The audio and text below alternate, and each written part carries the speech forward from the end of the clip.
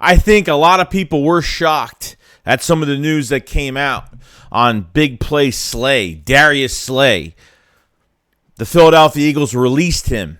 What does it mean? What are the Eagles going to do? I'm not making this a big deal whatsoever. And here's why. Because I've seen enough horror movies to know any weirdo wearing a mask is never friendly.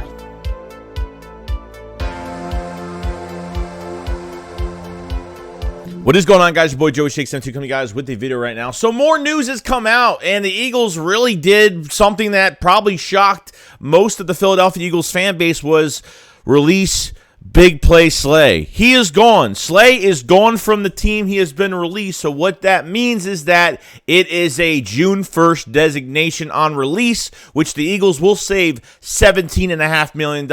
They will move $13 million of that money to 2024, and they will take on a dead cap hit of $8.5 million this year, and by 24 they'll spread out most of the cap. So they'll eat that up pretty easily with an extra $4-5 million, whatever the case may be with it. I know Eagles fans are really pissed off at this, but yes, when the news came out and I was just about to stream, yeah, I was pretty shocked because I didn't think this was going to happen. I thought Slay was actually going to be here, but obviously they couldn't trade him. The Eagles didn't want to, take on $26 million in a cap hit this year. It just wasn't going to happen. So the Eagles just release him, and flat out, this is a captain for your team. There's going to be mixed emotions going on about this. And, does this make James Bradberry the number one cornerback? No, it does not, because this draft class is loaded with talent. Okay, the Eagles are in prime position with 2 first-round picks to do whatever they want. I'm not mad at this situation as much as Eagles fans are. So if you don't like the things that I do say about this, you might just want to turn the video off, because, Slay saw that Bradberry was signed. Slay's the one that wanted an extension. There is rumored to be that Slay wanted a 3-year extension, fully guaranteed. That's just rumor right now until we find out more on it. But if that's what he wanted, and obviously they released him, and usually Howie would try to figure this out, but there probably was no common ground between Slay's agent and Howie Roseman, that front office. Okay, Slay saw that Bradberry got re-signed, and he put out a tweet saying, all right, nice, we're back at it again. And then all of a sudden, this happened. The reason why the Chauncey Gardner-Johnson situation is at a standstill is because of this. And we kind of already guessed that, why it's been quiet for the past few days when it came to Chauncey Gardner-Johnson.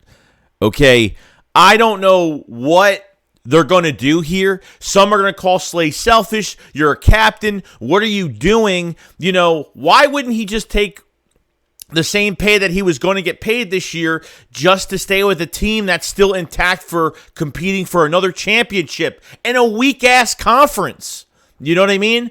But I was okay if Slay was staying. I was really okay if Bradberry wasn't going to get re-signed at all. I figured they'll just go draft their future number one. But now it's the total opposite now. And Slay made this bigger than what it was. I have no problem with Slay getting more money. It's not about Slay. It's about this team. It's about thinking with your head and not your emotions. That's what Howie took into account. Yes, he could have gotten a deal done for Slay. At 32 years old, if it was an actual 3-year extension, come on now. You know what I mean? As much as people were pissed off at the 3rd and 30, the Kenny Golladay touchdown, some really easy receptions, and obviously the fake jet motion that Slay got tricked on in the Super Bowl, people were pissed off. People seem to believe really after week 2 of the season versus the Vikings, when he was really shadowing number 1 receivers, just seems like they didn't use him the right way, and it just seems like Slay just didn't play the same, or maybe his age was really showing. I don't know. He still had a solid year, but he made some mistakes. There were some, there were some things that just happened that was just really weird with him this year, and is it regressing in age? Is it something else? I have no idea, but if he knew that defense was mostly going to be still intact, that more pieces, like, I don't know if they were going to sign Slay and sign Chauncey Gardner-Johnson. Probably not. But if I'm looking to look for youth right now, you have comp picks for next year. Hurts extension comes into place next year. There's a lot more on the line here than being emotional for big play Slay. He's going to make his money. He's going to be happy wherever he goes. Will he miss it here? He wasn't drafted here. He's not a homegrown talent here. You know, we appreciate everything he's done the past few years. His wife, Jen, was like, really, like, she was upset on Twitter. I mean, she was almost crying on Twitter, because she was that upset. But this is because of him. It's his fault he's not back. It's not Howie's fault. It's his fault. You know, he's a captain here. You know, I get it. But at the same time, it's like we're going in another direction now. All the Eagles wanted to do was restructure Slay. He'll make his $17 million, and that was it. I don't want to hear about, I have no issue with him getting paid. I have no issue with Slay. I have no issue with Slay wanting more money. It's not about that. His decisions just don't fit into the Eagles' plans for the future.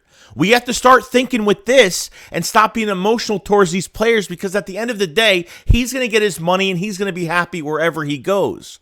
Us, we have something to build here. It's going into this draft and getting a corner at 10 that's going to be the number one corner for years to come. And I can't wait to see who it is, because that's what I think they're actually doing now. Okay, this was probably a very tough decision because they probably want to give him his money, but at the same time, he's not worth cap strapping this whole entire team for no reason. There's no reason for it. When I see people that were like literally that upset about this, like I was shocked because of oh my God, he got released. Like that was it. And then I went to like, yep, I'm ready to draft the corner in this draft. I was already, when Slay was here and Bradbury wasn't even signed yet, I said, even if they don't sign Bradbury, I got a smile on my face because I know that draft is loaded right now. Loaded. And how can I be upset over that? Some of these Eagle fans need to, like, relax, chill out. Like, we got to get younger. Like, he's 32. He wanted, I don't know what he wanted, but obviously him and Howie just could not meet common ground for a deal. So all Slay had to do is restructure. This isn't on Howie. This is on the front office. This is being smart. This is our future, man. He's not worth to get cap strapped. It's just not worth it. I would take Chauncey Gardner-Johnson signing over Slay in a heartbeat just because Chauncey's 25. Chauncey's good. He played safety for his first year. Tied the league in interceptions, but he plays multiple positions. And Chauncey just has more value. Simple as that. Just has more value. And yes, the rumors did come out about Chauncey right after Slay was released. The Eagles are pushing hard to get a deal done with Chauncey Gardner-Johnson. Now I know why this whole thing was halted with Chauncey, and he was flaunting with some of these Bengals players and like trolling them pretty much. And look, maybe he doesn't sign with the Eagles. I don't know. But from what it's telling me, like, Chauncey should have been signed to another team already. That teams that already have more cap space than us. He should have been already signed. Okay? But I'm not crying over this. I'm not getting upset over this. Like, there are Eagle fans literally getting that upset about Slay leaving. I understand he was here for a few years. I remember people are going to call me cold, and people, like, I got no problem with Slay. I got no problem with him wanting money. I got no problem with any of it, but what he wants does not fit into our plans.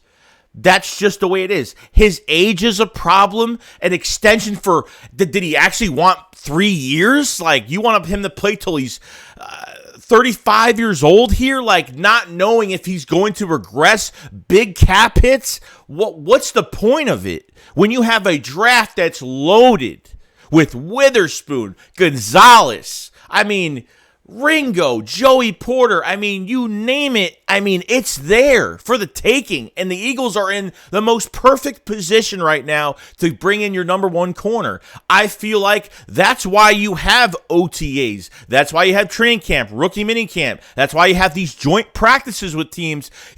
You get this team prepared and ready. You get your whole entire roster together. You go into all of that, and you'll have your number one corner going through camp and getting better. And our corner, like, you know what? Like, he's got a lot to face with our offense. Devontae Smith and A.J. Brown, like, you're going to have a number one corner going against those guys, and I think it's going to make him a better player, whoever gets drafted here. But people need to relax on this because I really didn't get upset. Like I said, it was just the moment factor of when it happened. I was like, whoa, because Slay put a tweet out after Bradbury was signed. It made it look like he was staying here. But if they didn't meet common ground on a number or, what he wanted to get paid or this extension that he wanted, all the Eagles really had to do was go up to Slay and say, hey, we want you to restructure. And Slay said no. Slay didn't want that. Drew Rosenhaus, his agent, one of the blood-sucking money vampires of the NFL as an agent, is going to get as much money from teams as possible. They went out. They even talked, his agent even talked to the Dallas Cowboys. His agent even talked to a bunch of other teams, and still, he's probably going to go to Houston. He's probably going to go, I don't know, I would say probably the Texans or something like that. Who knows? That's going to give him the money that he wants. Me? No. I'm not into it. I'm not into it whatsoever. This is only the third day of the tampering period. That's it, guys. It's still an early process right now. There's a lot of depth moves. Once you get through the first wave of free agency, that's pretty much it. Like a lot of players are going to be a lot more cheaper. And, Bradbury got paid he's a top 16. He's the 16th highest paid corner in the league. That's it, which could have gotten him paid $15-16 million. Players want to come back here for a championship and take less money. Brandon Graham came back for less. Kelsey came back. But for some reason, Slay didn't want to come back. Slay thought, and it really shows, and I'm not saying that it wasn't, I don't blame him for getting more money, but the money is obviously more important. I don't put that against him. I'm not mad at him for that, but that's what he wants. And if his future is not with the Eagles and he wants to stay here so bad, then it is what it is. So people in the comment section will be like, oh, well, you're going to be mad at a guy who wants more money. You don't want him to get his pot. No, I want him to get paid. But if the Eagles can't sign him, I'm not going to be mad at him. Just go. Just get out of here. Go. Because I am perfectly fine with drafting a corner and putting all the pressure on him first game of the season because I think you have some dogs out there in the draft. I'm not worried about Slay, okay? I'm not worried about that at all, okay? As much as I like the tandem coming back, I was fine with it. But if this wasn't working out, so don't twist my words around that I'm against Slay or anything like that. He made his decision. That was on him. It's not Howie's fault. It's his fault because he wants more money and he wants an extension past 32 years old. I was expecting him to sign his restructure. It would be easy. $13 million freed up. Boom, done. It is what it is. So they freed up $17.5 million. They pay $8.5 million in dead cap this year. So they get that money June 1st, whatever the case may be. So that opens up a lot for Chauncey Gardner-Johnson that they are pushing to get a deal done as of right now. Perfectly fine with it as of right now. So I have no problem. I have nothing against Slay going to get more money. But if he doesn't fit into our plans and he's just exceeding expectations of going to cap strap us, he can go. He can walk, and that's what the Eagles did. And they made the right decision at the end of the day. As much as people aren't going to like it, it's just the truth. Okay, just the truth to it. So, because people are going to say I'm attacking him or I don't respect him or how could he do this to us? Like, I don't care what he does.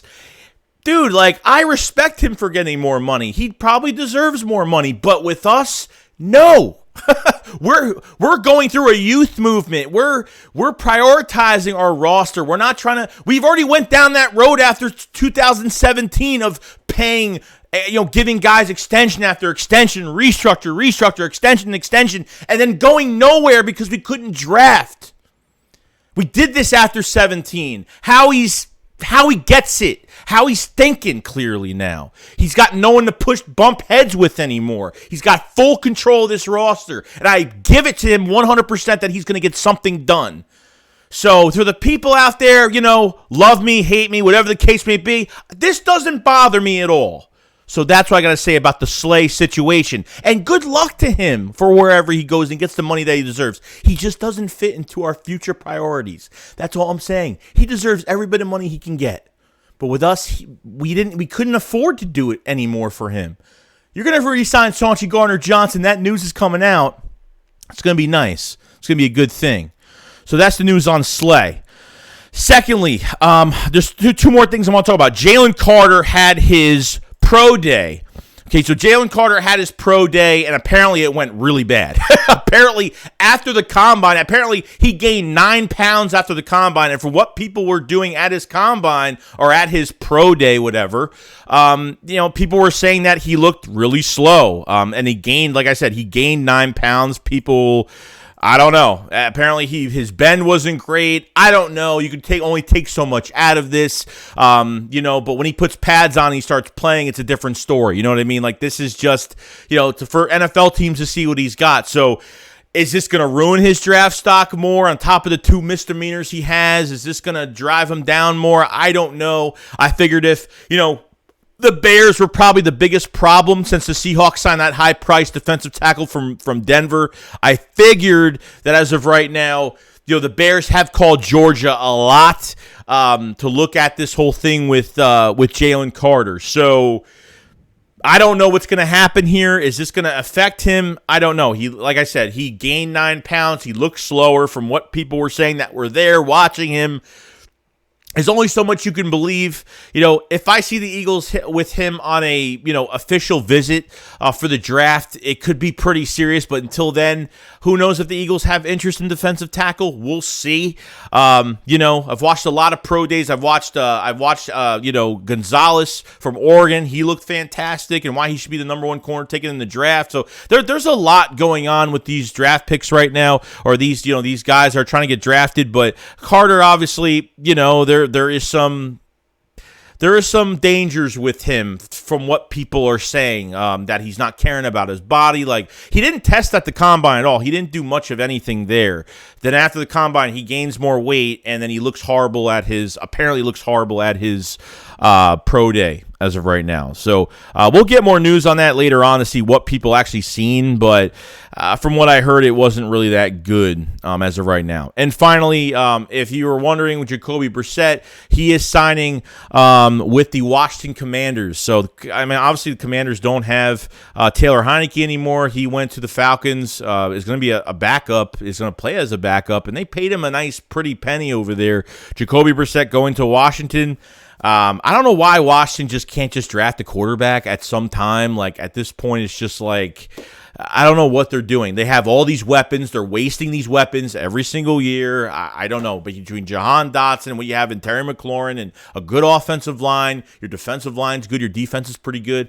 Like, I don't get what these pieces, like, you're just wasting these other guys away on your roster when you don't have a quarterback. You don't have a set quarterback every single year, always switching quarterbacks. And that's their problem at the end of the day. But Jacoby Brissett obviously signed with them, not signed with the Eagles. So Eagles still need a backup quarterback. You only have Ian Book back there. I don't know who else they'll have. Marcus Mariota's still out there, but he might be pricey. That's why I wouldn't go after him if he was going to be expensive.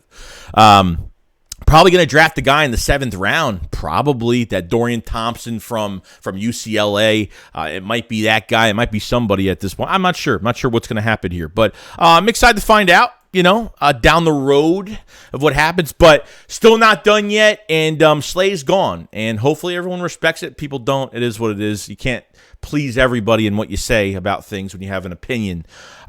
So when it comes to Jacoby Brissett, he's going to Washington. To Jalen Carter, NFL news on him. His pro day didn't really go as well as everyone thought it did. I guess this didn't look good at all. And that's pretty much it. And number 1 corner we're going to need in this draft, and there's plenty of them. Got Witherspoon, got Gonzalez. Can those 2 guys be available at 10? Maybe one of them will. We will see. It should be really exciting. But that is the news. Let me know what you guys think about Darius Slay, the release. I want to see your comments in the comment section below. If you guys lasted this long too, please subscribe to the channel and like the stream. The channel just hit over 22,000 subscribers today, so I want to thank everybody on another nice milestone. So down to another 1,000, and we'll see you guys on the next one. You guys have a great day. SHAKESQUAD up, follow slide. Peace out, guys. Peace.